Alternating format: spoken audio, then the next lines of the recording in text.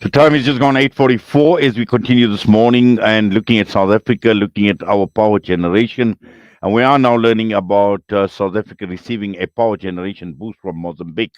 And the key question here is, will this make a difference to South Africa and its current electricity crisis? And we are going across now to be joined by President of Transform RSA, Crown Prince Adil Nchabeleng.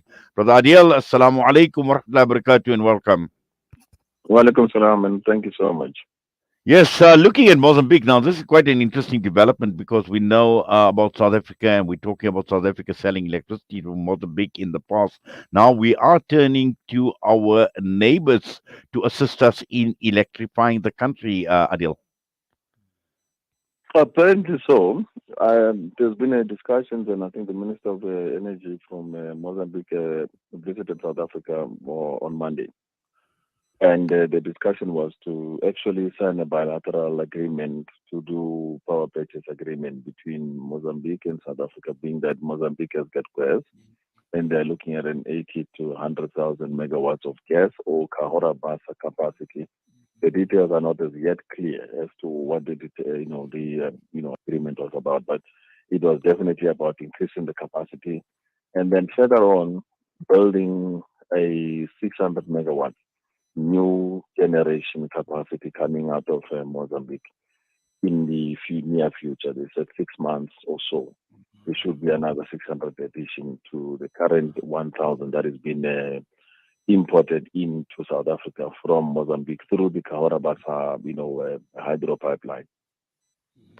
Yes, just looking at Mozambique and its capacity to deal with the energy problems in South Africa and providing this extra capacity or providing us with this boost. And, you mentioned 6 months as well in terms of building additional capacity.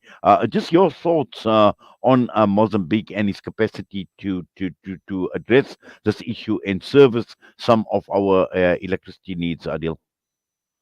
Look, in terms of Mozambique, currently we are receiving already 1,000 megawatts, but that 1,000 megawatts is actually a willing agreement.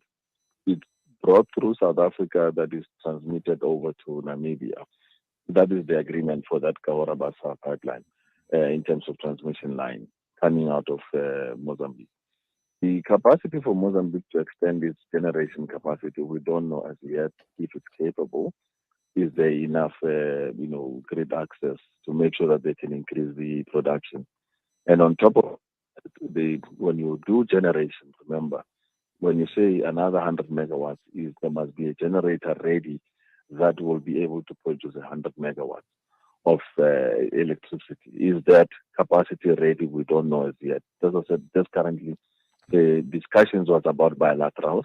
Probably the planners, engineers, operators, all of the sort of critical technical people will still have to sit on the round table and design a solution, because this is not going to be a private solution. It's a government to government, and it will have to be executed by ESCOM directly. So all of the planning will have to be done, because on the South African side, there is the transmission side. On the Mozambican side, there is the generation as well as the transmission into our high voltage, long distance transmission line.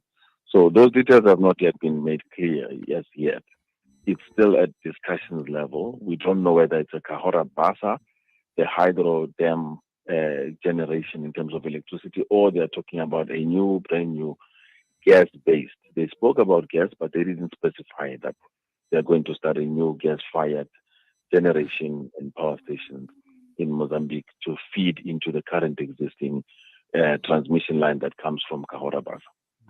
Yes. Now, obviously, we are aware, Adil, of the huge reserves of natural gas that is found in Mozambique, and being our immediate neighbor, and we know that there is huge trade that is going on between the two countries, and being our neighbor, and just looking at it purely from a responsibility perspective, and also tapping into the natural resources, the gas resources of of Mozambique in addressing some of the problems that we are faced. Because it is clear that South Africa's economic woes as a result of the energy crisis is impacting on Mozambique and also some of the other neighbors, the immediate neighbors that are around us.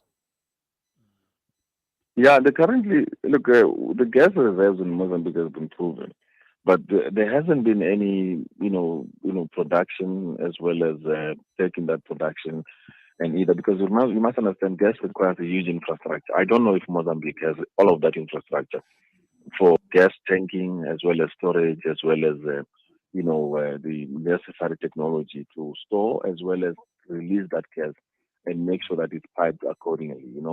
So it's still a very deep discussions still to have and build that infrastructure. But right now, the instability and the past years fighting at the gas fields, I don't know how the government has actually negotiated itself around that and in terms of bringing about stability in those gas fields. But most definitely, there is a huge gas reserves that has been proven that are actually discoverable, but there hasn't been any technology to either extract in terms of exploration, extraction, and ensuring that it can be tanked and everything. The current gas pipeline we know coming out of Mozambique is the one that they are feeding it directly through Sasol. And from the inquiries we've made, Sasol has no capacity to provide extra additional supply of gas from its pipeline coming out of Mozambique. So the details are still quite sketchy. As you know, in South Africa, everything is discussed in a hush-hush basis. So as soon as we can get insights as well as understanding of what is happening, we will be in a much more better, place to report. Right now, we know they are just bilateral talks, and those bilateral talks are promising that there will be an additional 80 to 100 megawatts. But as to the dates when, by what source, none of it is clear as yet. Yes, and just finally, it does appear as if in the short term, Adil, to address the energy problem in South Africa is to get our hands on every little bit that is going to count. And we've seen what has happened with the private sector. We talk about the easing of the load shedding problem in the country, and this is as a result of the private sector. And now looking at Mozambique to see what little we can get there in the short term. So it does appear, a little bit here, a little bit there to try and at least relieve the country of this crisis. Yeah, you know what, I would like to actually ask a question. What has changed in IOT in terms of the trajectory of our load shedding crisis? Suddenly we have electricity.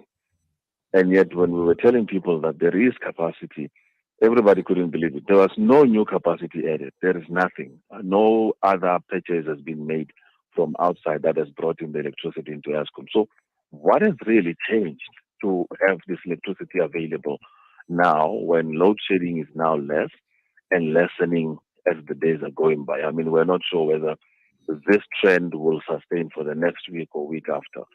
And as you can see, it's a very spastic process. It's quite up and down and quite static. There's nothing really guaranteed. So what really has changed was this opportunity, an artificial opportunity to create the necessary load shedding crisis, or is it, embedded into reality? What we know mostly is most of these plants are switched off deliberately and they are left not to operate deliberately. So as a result, most of those plants probably are being switched on and are actually let to operate. And we know again from a report that the maintenance program has actually been curtailed for now. They've actually halved the maintenance of the power plants where they're no longer doing 5,000 or 6,000 maintenance. They've literally cut it down. So you would have a reduction if you have maintenance schedule cut down. You would have far much more electricity available on capacity. That does not mean you have a long-term guarantees because the minute you start deferring doing maintenance, you're causing other problems. Later on, the systems and the units will start breaking because they're not properly maintained, and they're not upkept into a state that needs to be done. So we must ask the question, what has changed? How come, when there was a call for a public, the stay away, suddenly for a week there was electricity. And, thereafter they started now this whole process of yanking us up and down between stage 6 and almost 8 at a given point.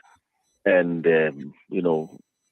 suddenly now in the heart of winter, and where we just had a frost, by the way, this morning, you know, uh, suddenly electricity is available, and there's no longer load shedding during the day, and no load shedding during the night as well. So what changes in this cycle? One has to ask these questions and really, fundamentally get to the basis of it. But the truth is not really currently surfacing. We're still being told stories, but I don't want to go into the conspiracy space. But what I know is load shedding is being used strategically as an opportunity to make money, to create panic, and to unnecessarily throttle our economy. Well, Crown Prince Adil Nchabeleng, I'm sure you and I will be having a lot more discussions on this particular matter as well, and a lot of it, obviously, you unpack makes a lot of sense, but a lot in terms of decision making from the powers that be doesn't make sense at all, many a time. But for now, we're going to have to leave it at that. As always, we do appreciate your time, and please take care. My Assalamu pleasure. alaikum wa rahmatullahi wa barakatuh. Walaikum salam. Crown Prince Adil Nchabeleng, President of Transform RSA, with us this morning. A quick break. We come back. Etiquini Secure Imtiaz Sayed is on standby.